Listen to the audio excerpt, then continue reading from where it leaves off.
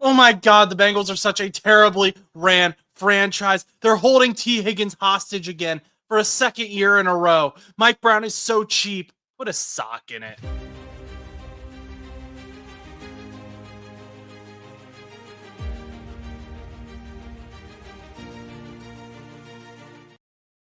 Yeah, that's been my ex messages, my texts, pretty much every way of communicating with me the last hour or so. And that's because the Cincinnati Bengals have franchise tagged T. Higgins for a second year in a row. Now, obviously, this isn't the number one best option that we were rooting for. This wasn't what we were hoping would happen. However, it was the most likely thing. And I think it's also important to note that this doesn't mean that T. Higgins isn't going to get extended. This doesn't mean that this is his final year with the Bengals if he signs the tag. There's a lot of other things that are being worked out right now, or should be being worked out. If you are T. Higgins and the Cincinnati Bengals.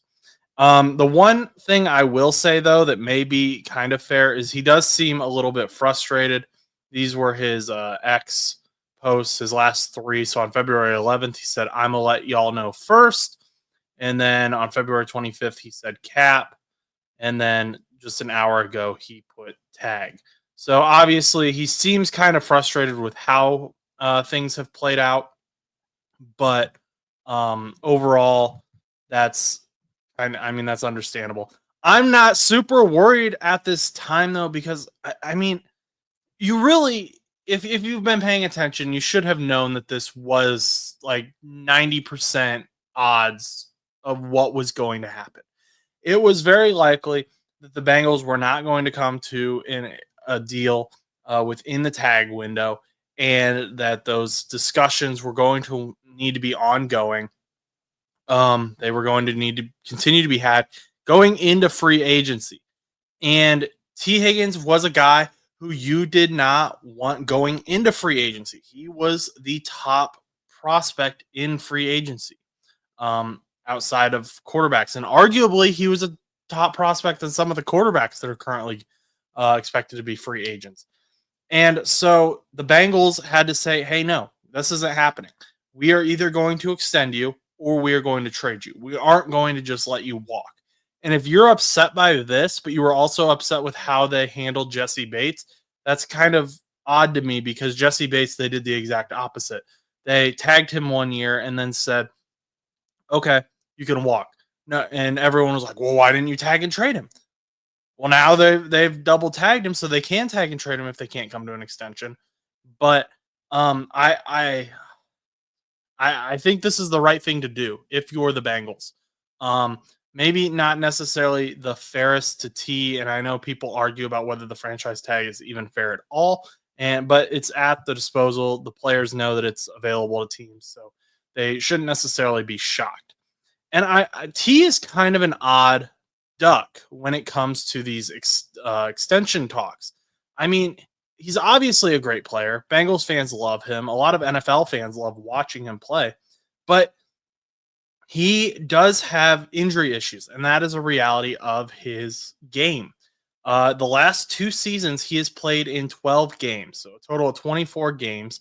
However, to that same point, he has also produced in those games that he has been in. In 2023, which was a down year for him, he had 656 yards, 42 receptions, but he averaged 15.6 yards per reception, and he had 5 touchdowns. And now, looking at this now, hindsight's 2020. That would have been the year to extend him. But maybe if you're the Bengals, you're like, okay, maybe those injuries are going to be too much. Let's see what he can do. Because I mean, before that, 2022, he played 16 games. He had 1,000 yards. 2021, 1,000 yards.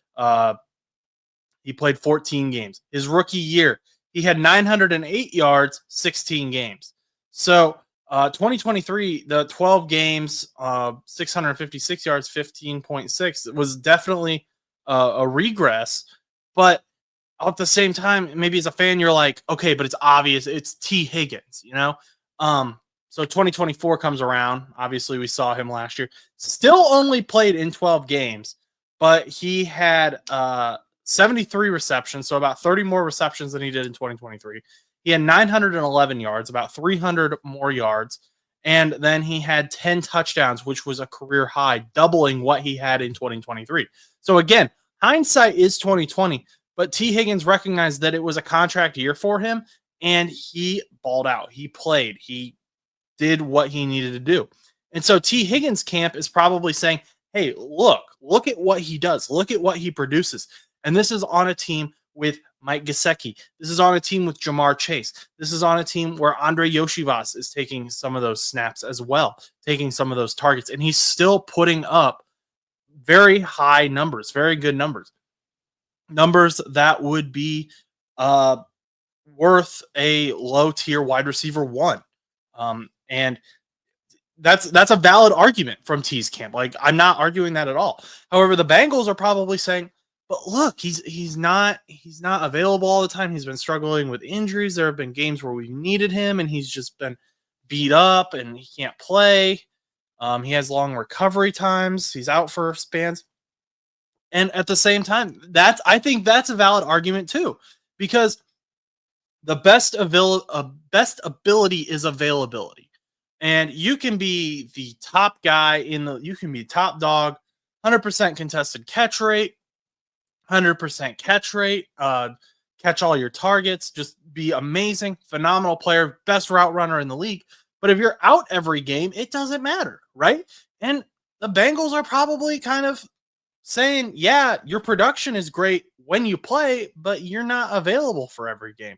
And so we're not going to give you the same amount of money as Jamar Chase, who has had significantly less injuries in his career so far. Let me pull up Jamar Chase's availability real quick so we can look at that and confirm it. But I'm pretty, just going off the top of my head, I'm pretty sure that, yeah.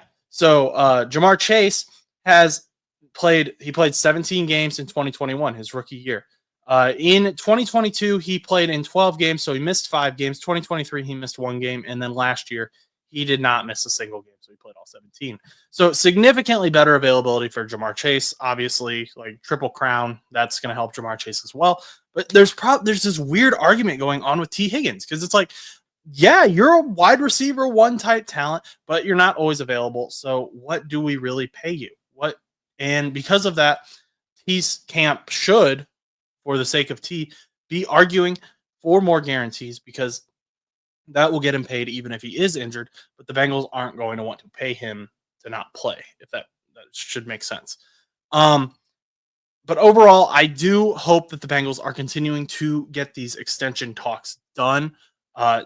Joe Burrow has been very clear with what we can do here with the Bengals, what they should do. He's kind of the guy standing in the corner in the shadows watching all of this go down. You don't want to make Joe angry. That's the other thing. Joe has said what he wants, and now the Bengals have to achieve that to the best of their ability, or else it's going to make him mad, and you don't want to lose Joe. So hopefully he's in these conversations as well in some capacity, and they're looking at how they can restructure his contract, because Joe has said he wants T. He wants Jamar. He wants Mike Gesicki. He wants Trey Hendrickson. He wants all these guys extended, and he has outlined how they can do it as well on various podcasts. So hopefully the Bengals are listening to that as well. It's a situation that I understand why people are nervous. Franchise tag, that kind of has this negative nomenclature around it, but I'm not freaking out yet. I think that this is part of the process. I think that this should have been expected by most of the fans, and I am not worried at this time. Now, if we get like a month into free agency, maybe even 2 weeks into free agency, and we haven't heard anything, no updates, just it seems like things have just kind of stalled or they've given up, then I might worry a little bit, but I'm not freaking out right now. Right now, I kind of feel like the Bengals are doing this thing where they're trying to figure out how far to the line they can actually push things without having to cut people. And the reason I say that is because they already cut Sheldon Rankins. Jermaine Pratt has already requested a trade, which would save them cap, and they haven't traded him yet. But also, they released Alex Kappa today, at the same day that the news came out that they were tagging T Higgins. It was announced that they were releasing Alex Kappa, which would save $8 million in cap space. Now, you may be saying, Alex Kappa, he was a great free agency signing a few years ago. Bengals fans were super excited about it. That's true. Then he got hurt, and last season he was the worst guard in the NFL. He got the negative triple crown. He was first in sacks allowed, first in pressures allowed, and first in hurries allowed. So, Bengals cut him down. Obviously, that's a new space you need to fill in free agency or in the draft. But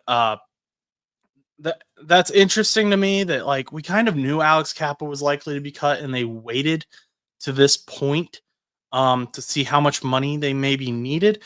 There's also reports that Jamar Chase and the Bengals are far apart from each other on some negotiations, so maybe they're trying to see, like, what can they do with their vets who are on the cut line, but also, like, where do they need money, if you know what I'm saying. So Sam Hubbard would be the next guy up on the cut line, I believe.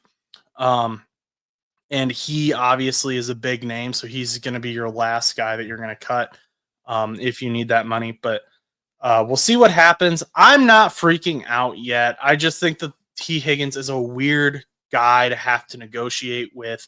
I like what he's said in the media. I think he's been very mature about the situation. I think the way he's handled it has been done very well. I think all these players really have handled this very well. Trey has handled it well. Jamar has handled it well. Joe has handled it well. But I do hope T. Higgins is a Bengal for the foreseeable future. But I will understand completely if he isn't. And that's just the way the cookie crumbles sometimes. I hope that in the next 2 weeks, though, I'm able to make a video talking about T. Higgins being extended by the Cincinnati Bengals. And if you want to see that video as well, make sure you subscribe so that you don't miss it when it comes out. Make sure to like this video as well so more people can see it and we can have a even better discussion. Comment below what you think about the Bengals. Do you think that they're being cheap with T. Higgins? Should they extend him, give him what he wants? What do you think his contract will look like? And until next time, go do something nice for someone.